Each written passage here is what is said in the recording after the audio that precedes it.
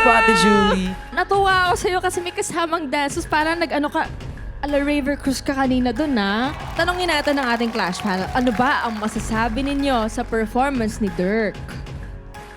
Ako masasabi ko, you got Riz. Yeah. Parang lang siya aura farming lang siya dito, no? And ihato mo pa yung dancing mo kasi andun naman na yung voice mo eh.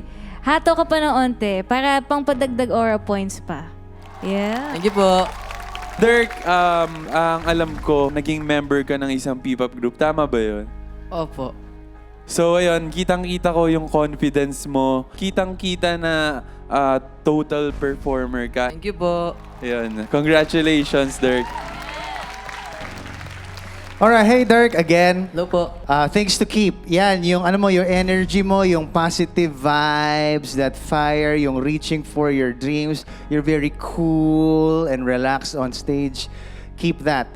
Things to improve for me naman, different vocal variations para hindi lang isang level siguro. Meron kang mga moves, ganyan. We appreciate these moves just as long as hindi yung mga mic sa natin, yung mga kanta natin, dapat sana yung mic lagi pa rin close to whatever we're singing para minsan kasi wala.